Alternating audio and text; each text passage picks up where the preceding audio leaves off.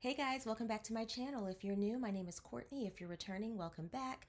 By the title, guys, we're back into it. Star Trek. Looking forward to these. The City on the Edge of Forever and Operation Annihilate. So let's see what these are about. Quick shout out to everybody over on Patreon who is supporting me over there. And if you are watching this reaction and you have military affiliation, thank you so much for your service. Now, let's get into it. Darn. Another episode where we start off with getting hit left to right? Hey, Scotty. You're actually passing through ripples in time. Wow. Causing turbulent waves of space displacement. Ooh.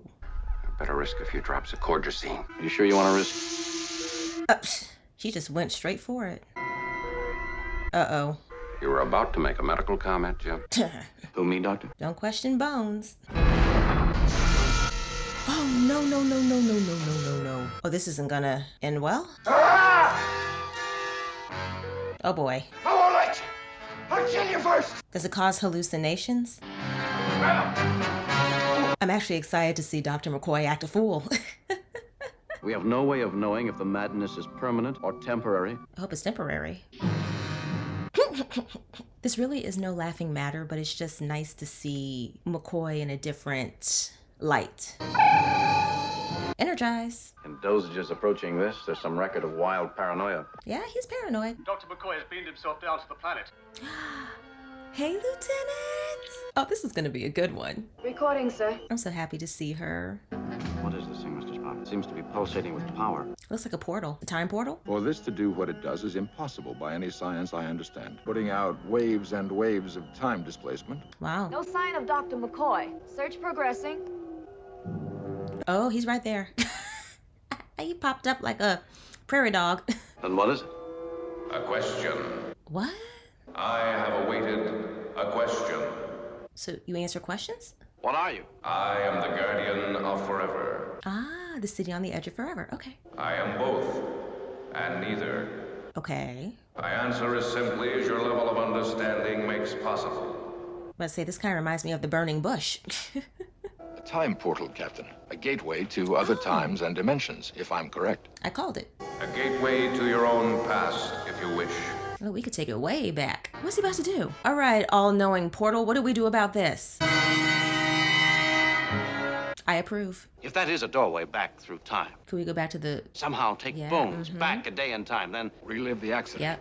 Make sure that this doesn't happen. But is there a cost? Is there a risk? To step through on precisely the day we wish. You'd have to time it right. I was made to offer the past in this manner. I cannot change. Dang. and lose oneself in another world. Oh my gosh. That has to be a side effect. No man before has ever... Dr. McCoy! Oh, he's gonna run through it. All right, Mr. Guardian, where'd he go? He has passed into what was. Okay, we get that. Be a little bit more specific. No static, just nothing. Kirk to Enterprise. How? Your vessel, your beginning, is gone. It's gone? Oh, this is a hot mess. McCoy has somehow changed history. I'm frightened. And I'm concerned. What did McCoy do? But then again, McCoy wasn't in his right mind. Captain's log, no star date.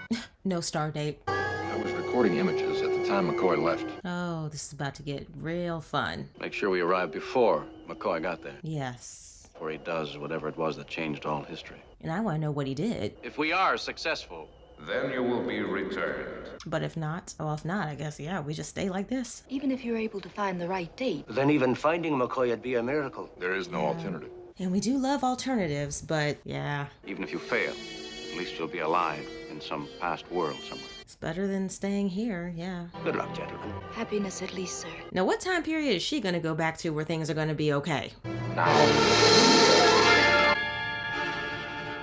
All right, find some clothes real quick to blend in.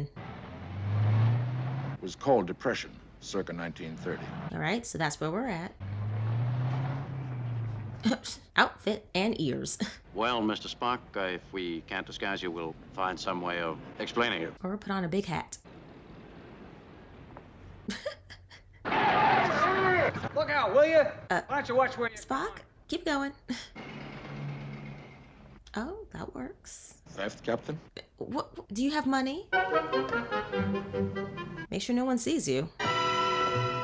Those poor folks. We're not going to have any difficulty explaining. No, there's gonna be difficulty. You're a police officer. I recognize the traditional accoutrements. My Well, friend I think we found is some obviously trouble. Chinese.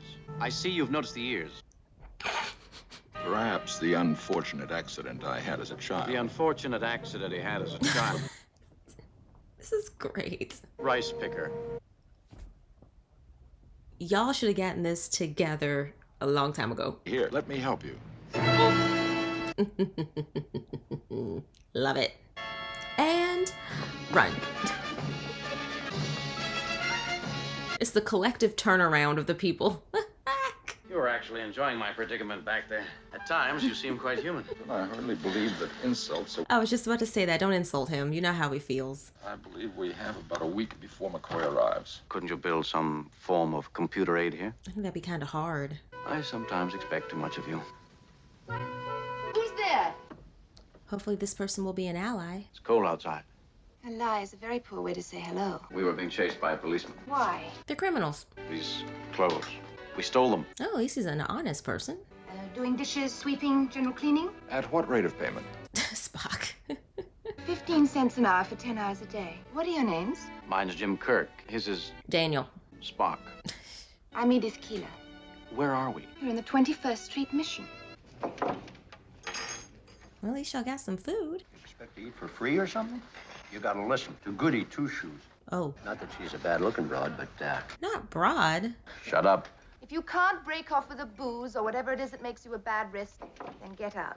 That's fair. One day soon, man is going to be able to harness incredible energies. She's right. Energies that could ultimately hurl us to other worlds in some sort of spaceship. They're like, oh, we found our ally. Now, it won't be Speculation. tomorrow or the Gifted day after. insight.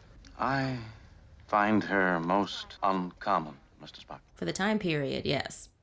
But she is correct. That basement looks like it's been scrubbed and polished. Do you have a flop for the night? A flop, a place to stay. A flop is a place to sleep. Well, there's a vacant room at the place where I live for $2 a week. And here I am thinking he only liked blondes. Wait, he did all that already? Hey, it's Mr. Spock. Captain, I must have some platinum. A small block would be sufficient, 5 or 6 pounds. 5 or 6 pounds of platinum? This bag does not contain platinum, silver, or gold, nor is it likely to in the near future. It's what we have to work with. I might reach the first mnemonic memory circuits. What on earth is that? A science experiment. To construct a mnemonic memory circuit using stone knives and bearskins. She's like, okay. Well, at least they're doing honest work in order to get the money. Tools for finely detailed work. And I say that, and then they steal. Again. If Mr. Spock says that he needs the tools and that they'll be returned tomorrow morning, you can bet your reputation on that. There you go. Sweet talk a little bit. I'm in condition. Walk me home. You know as well as I do how out of place you two are around here. She's sharp. Captain Kirk just can't help himself. Why does Spock call you Captain? We serve together. Lots of questions. Oh. What else does it say? February 23rd, 1936. The President and Edith Keeler. Well, should have seen that coming. Within 6 years from now, she'll become very important. Or, Captain, Edith Keeler will die this year. Well, yeah, that's why I'm a little confused, so let's just pay attention. They both can't be true. Yeah, that's what I'm saying. They both can't be. She has 2 possible futures then. And depending on whether she lives or dies. Determines the outcome of everything. And McCoy. Is the random element, or perhaps he prevents her from being killed. Yeah, which one is the right one? We must find out before McCoy arrives. There he is. Assassin! Wow, and he came in yelling. You! What planet is this? He's too scared to say anything. What is so funny about man reaching for the moon? How do you know? I just know, that's all. I feel it. Oh, he knows. Where are we? Explain. He thought he was going to be able to sneak away. My bad. Good cranial development. No doubt considerable human ancestry. Yeah. Is that how you're able to fake all of this? He doesn't think this is real. Yeah, he's having a breakdown. This poor man. He's like, how'd I get roped into this? It's only a Tuesday. Uh-oh. I say don't mess with that. And he takes it. Wait, what if Dr. McCoy has nothing to do with any of this, but it's this guy messing with the phaser? Is this the tragic accident? Oh no, he's gonna zap himself. Never mind. I'm about to say, ooh, plot twist. It was never McCoy, but it was his phaser that killed the lady. I'll need at least 2 more days before I dare make another attempt. Darn. I must know whether she lives or dies, Spock. Yeah, answers would be helpful. Well, let's hope they find him. Who am I kidding? I know they're going to. In the late 1930s, a growing pacifist movement whose influence delayed the United States entry into the Second World War. Germany. Fascism. Hitler. Mm-hmm. Won the Second World War. Let's them develop the A-bomb first. Dang. Can you imagine? Edith Keeler, founder of the peace movement. She was right, but at the wrong time. I see. And all this because McCoy came back and somehow kept her from dying in a street accident. So she is meant to die. I believe I'm in love with Edith Keeler. You fall in love with someone almost every other episode. Looks like old Earth around 1920. Would you care to try for 30? You're about to say, you're close. I am unconscious or demented. I am Leonard McCoy, senior medical officer aboard the USS Enterprise. She's like, the what? Get some rest. All right, now go and talk to Captain Kirk, please. I hope it means what... Darn. Captain Kirk, snap out of it. She might have died right there had you not caught her. That's a good point. It's not yet time. McCoy isn't here. Oh, he's here. Do as your heart tells you to do, and millions will die who did not die before. Come in. Is he back to normal? What about this place? You running? Lots of people drink from the wrong bottle sometimes. This is very accurate. My young man is taking me to a Clark Gable movie. Ah, Clark Gable. We love it. We love it. Well, I know what a movie is, but It's very strange. Put 2 and 2 together. Let's say Clark Gable. We love him. Hurry, maybe we can catch the Clark Gable movie at the Orpheum. What? Dr. McCoy said the same thing. McCoy! Finally. He's in the mission. He's... Stay right here. Fuck! Oh no. Oh, this is where the accident's gonna happen. No, no, no. Here we go. Here we go. Here we go.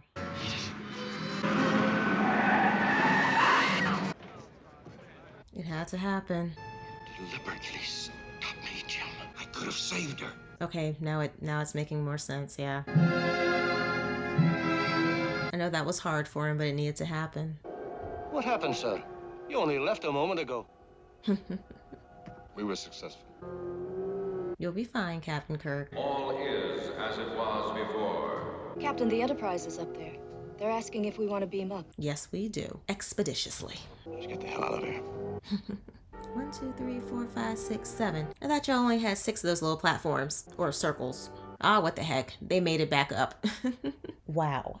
I actually really enjoyed this one. It was really cool seeing McCoy act completely different than what we're used to. It was also really nice to see that eventually the effect did wear off. And of course, you're sitting there wondering, okay, you know, Edith has to pass away. Once they explained everything, it made perfect sense. And then in the moment where she was about to get hit, seeing Jim grab McCoy like, no. And then McCoy freaking out like, I could have saved her. It makes sense. In the alternative timeline, he saved her, which caused all the stuff to happen. And then the Germans won World War II. And I just, you know, the way that they, you know, I liked also the way they talked about history in this episode. I really like that. So for me, history, the time travel, getting to see a different time period, getting to see Mr. Spock trying to get all these materials that he needs in order to create this device so they're able to figure out what's going on, how to pinpoint where Dr. McCoy is. Because I also kept thinking, how are they going to figure out that McCoy is there? And then of course she just let it out. And we were able to get everything back to normal and back to where it was. So I actually really enjoyed this one. This one was really, really good. I enjoyed the the conversation between Captain Kirk and the police officer. And Mr. Spock is literally just standing there like, come on, man, we could have gotten this story together. But Captain Kirk tried. And eventually they were able to get away. So I guess it did work out in the end. But yeah, I just thought that was actually quite comical. So yeah, guys, we're going to get straight into the next one. And see what that one has in store for us. We're picking up a ship on our sensors, heading directly into the Denovan sun. Plot an interception course, Mr. Sulu. Won't factor 8. All right, let's book it. His course is straight for the sun. So he's doing this deliberately? Can you reverse your course? Acknowledge. Is his communications out? Denovan ship, reverse your course. This is a bit risky. Oh, there's the ship. Reverse your course. I think he's just gonna keep on going. Temperature now 480 degrees and rising. Is it worth it, Captain Kirk? Hull temperature 1,000 degrees and rising. Y'all need to back up. I get it. It's finally gone. I'm free. You burned up, Captain. What in the world? That Denovan ship headed deliberately into the sun. Why? He kept saying I'm free. Your brother Sam, his family. Aren't they stationed on this planet? Oh, wow. No Federation contacts for over a year. A lot can happen in a year. Please hurry. Help us. O'Reilly, this is Jim on the Enterprise. They need help. Sorry, sir. I'm not interested in your excuses, Lieutenant. Reestablish contact with that transmitter. She's doing the best she can. My brother Sam lives on Denver. He's a research biologist. That woman... Who was that, his wife? Sounded like his wife, O'Reilly. They are strangely quiet. Very little activity. They're not in a catatonic state, are they? We don't see anybody yet. There's more than 100,000 in this city alone. Where is everyone? Exactly. My brother's lab is over there. Let's find out what's happening. Oh, darn. What have y'all been through?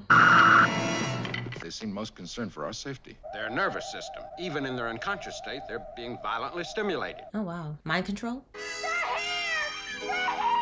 Is that his wife? Good thing he carries those with him. O'Reilly. Yep, that's her. Is this your brother, Jim? Oh, no. Is he still alive? Sam. That's sad. The boy is unconscious, but he's still alive. Was that his nephew? I said, what's that? Who's that? I'd better get the boy and the mother back to the ship, Jim. Apparently, they were trying to keep something outside from getting in. Is it something you can't see? I want some answers to all this. Oh, we're gonna get him. They're both in extreme pain. Can't you talk? Yes. Well, let's see what kind of answers we can get. Sam, he's dead. Mm-hmm. But your son's still alive. Which is a good thing. You are here. It is you, Jim. Does she think she's hallucinating? They came Who's 8 they? months ago. Visitors brought them in their vessel from a planet. Is she about to die? No, she just needs to be sedated again. When she answers questions, It's like she's in pain. as though something is exerting pain to stop her. Ooh, this is like that one episode. They need us to be their arms and legs, forcing us to build ships for them. So this happened to all the other planets before them. Wait a second, she really did. I'm guessing the Things did that because she talked too much. So is he gonna take his nephew in? I mean, I don't see why he'd send him back, unless there's other family down there that we don't know about. I'll do everything I can, Jim, to save him. Yeah, we know he will. Peculiar buzzing sound. Yeah. We were about to investigate it. Well, let's go. Set your faces on Force 3 to kill. So that has to be it. Ooh, they can fly. I hope it works on them. Not only should it have been destroyed by our phasers. It wasn't. It's not life as we know or understand it. Well, I this isn't suggest good. we risk taking it aboard. Not me thinking about the movie Alien, where I'm like, don't y'all do that. Oh! Spock! Spock! So I guess y'all gotta leave him here. It's gone. Can you stand? Spock, are you all right? Not me mentioning Alien and then this thing latches on to Mr. Spock. That's the second time he's come out of. Either he's fighting us. Or it's fighting y'all. Doctor, the readings have never looked like that before, not even on Mr. Spock. That tells you you're dealing with something really interesting and different. Oh, do you get it? The removal of the tissue wouldn't stop the pain anyhow, as far as I can tell. His body's full of these tentacles, twining and growing all about his nervous system. Ew. My nephew. The same. So could you maybe make like a gas they can inhale? I don't know. That'll kill it? We're all stumped. Yeah, this is something y'all have never seen before. Ooh, and we know how strong Mr. Spock is, so... All deck, security alert. Locate and restrain Mr. Spock. Oh, never mind. He's on the bridge. One of y'all needs to... But then again, they did say he's way stronger than the average man. No, don't you pinch him. Lady, don't walk, run. Yeah, give him a double dose. Get him back to the sick bay. Use security restraints. The K3 indicator registers the level of pain. Ooh. Now that's what he's been going through. Constantly. These restraints will no longer be necessary. I don't know. I'm a Vulcan, Doctor. You're only half Vulcan. What about the human half of you? Right, but his Vulcan side can fight it. Can he control it the way he says, Bones? I wouldn't trust that. I need you, Spock. But we can't take any chances. I agree. My nephew, if he regains consciousness, will he go through that? Yes. We'll keep him knocked out then. There are over 1 million colonists on that planet down there. Just as much your responsibility. Well, we'll figure this out. Come on, Mr. Spock. I know you can fight it. I am a Vulcan. There is no pain. Oh, is he gonna break his restraints? Yeah. I still don't like this. You will beam me down to the same coordinates as before. The captain said no one was to transport down. Good job, Scotty. Mr. Spock! Thought I'd better hold him here until I got your orders. Right, smart. One of the creatures will have to be captured and analyzed, Captain. I don't believe they could do much more to me. I mean, it's a good theory. The fact that I am here proves that I do not belong in bed. Okay. Your logic is inescapable. Yes, it is. He made a good point about him already being affected by the creature. So they're probably gonna be like, meh. Oh, here we go. Well, hit him with the toolbox or whatever that box is. Lots of pinching in these last 2 episodes. Oh no. Darn, I got a little bit too hopeful there, didn't I? Come on, you can fight it. Let's practice our positive affirmation. I am a Vulcan. Oh, they're everywhere. Alright, now go collect it. I wonder if being around all of these is going to enhance the pain. But they would have done it by now, I would think. Your medical skill and curiosity are quite admirable, but I assure you I'm all right. He just wants to make sure. Please observe. Right, we're observing. Interesting, gentlemen. Resembling more than anything else a huge individual brain cell. Oh. This may be one cell in a larger organism. Interesting. Planet by planet from an entirely different galaxy. Ah. The Denovan that flew into the sun cried out that he was free, that he had won. Free from the pain. I want an analysis of all this from medical and life science departments within the hour. Oof. All right. So put some hustle on it. It has to be something that will kill the creature without destroying the human host. Which happens to be my point. The thing won't die.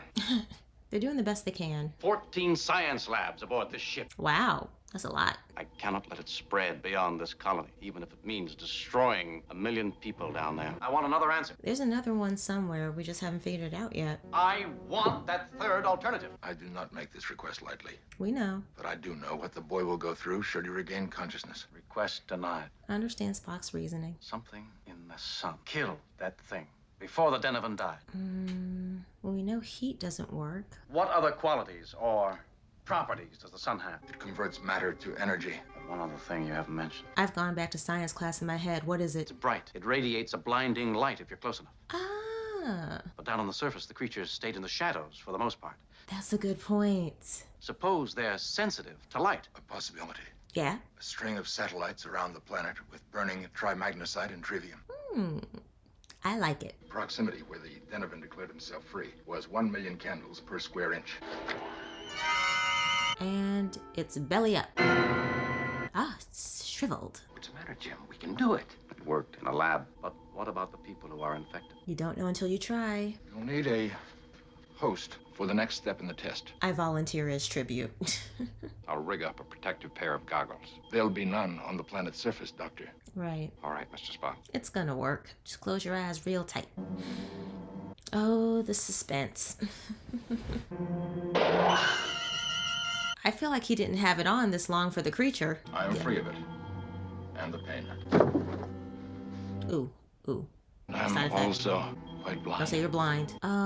Okay. Well, we need your eyesight to come back. Oh, no. What? I threw the total spectrum of light at the creature. Was it necessary? What do you mean? Oh, we didn't have to do it that bright? I didn't need to throw the blinding white light at all, Jim. Dang. Doctor, it was my selection as well. Bones. Don't get angry at him. So I guess they don't need as much light. 210 ultraviolet satellites now in position. I like how they've done this. They're probably like, wait a minute. Good. Now, if we can get back to Mr. Spock. The things are dying, sir. It's working. Tell Spock it worked. Bones. It wasn't your fault. Thank you. Bones. I'm sorry. Captain, look. Mr. Spock. He can see again. It was only temporary. The blindness was temporary, Jim. There's something about his optical nerves which aren't the same as a human. He's Vulcan. Half. The development of an inner eyelid, which acts as a shield against high-intensity light. We tend to ignore it, as you ignore your own appendix. Ah. Regaining eyesight would be an emotional experience for most. Y'all always gotta poke at him. My first sight was the face of Dr. McCoy bending over me. Tis a pity brief blindness did not increase your appreciation for beauty, Mr. Spock. I said, please don't tell Spock that I said he was the best first officer in the fleet. I think he heard that. Forgot about his Vulcan air. You forgot? You forgot about his hearing? Honey, not my slow self forgetting that the sun gives off light. What? I'm thinking about the heat. I'm thinking about that radiation they were talking about. I'm just like, what else is there? Light, honey. Yes, sweetie. Like, listen. This was a good one. This was a really good way to end the first season. I really liked that Mr. Spock was just so sure of himself in this. We'll get to that in a moment. Let's go back just a second. Captain Kirk's brother and sister-in-law passing away, and then him taking his nephew aboard the Enterprise. I'm just sitting here like, I kind of wish we had got one thing about this episode. I wish we'd gotten an answer as to what happens with his nephew. Maybe we find that out later on. You guys would know that. I don't yet, but hopefully, I mean, I know the Enterprise is not really a place for a kid, but hopefully they were able to figure something out with him. And this episode, I really like that it was so kind of Mr. Spock focused, especially since, you know, his human side, his Vulcan side, he's trying to use his Vulcan side to stop the pain. He's able to resist it, but I like that they were able to clear up that it's not completely gone. Because at first I was just kind of like, that would be kind of odd if he was able to get it out of his system just by thinking about it. But, you know, I just really like the fact that they made it clear, like, no, he's still been infected by this creature. And, you know, Captain Kirk getting upset with Dr. McCoy, I understand in moments of like crisis and just you tend to kind of point the blame at the person that it's easiest to point the blame to. I hope that made sense. Like, you know, in the back of your mind, it's really not this person's fault, but you just need someone to blame in that moment. And he blamed Dr. McCoy. Look, they're experimenting. First of all, you're already rushing everybody with a situation that is completely foreign to them. They've tried everything that they could possibly think of. And then I understand that, like, not trying to be insensitive to Captain Kirk, I understand his like need and desperation because, again, he lost his brother and his sister-in-law, his nephew, who has been knocked out pretty much this whole entire time. He's going through all this pain. If he were awake, you know, he would be going through it. And I get Captain Kirk. I understand Dr. McCoy. I understand Mr. Spock. I understood everybody in this situation. It's just certain little things you're just like, okay, you need to dial it back a little bit and understand that this was all a big experiment, literally. But again, I keep pointing out, I love that this show has different people with different areas of expertise and it all comes together in the end. Again, I think that this show does that very, very well. And the temporary blindness, I had a strong feeling it was going to be temporary. I mean, we have so many more seasons to go through. They're not just going to do Mr. Spock like that. And for him to be like, oh yeah, I got this like Vulcan ability, this like eyelid shield situation. And just the little back and forths between him and Dr. McCoy, I do enjoy those quite a lot. So overall, these 2 episodes were really good. Love them. I really liked, again, you know, like the historical stuff going on with that first episode and then with this one. I really liked the more like science-based type of content that we got with this particular one. So these were really, really nice. A nice way to end season 1. My YouTube family, I hope that you guys enjoyed these, and I will see you guys in my next reaction video. Don't forget to like, comment, subscribe, and hit that notification bell so that you guys know whenever I upload my next video, and I will see you guys in the next one. Bye.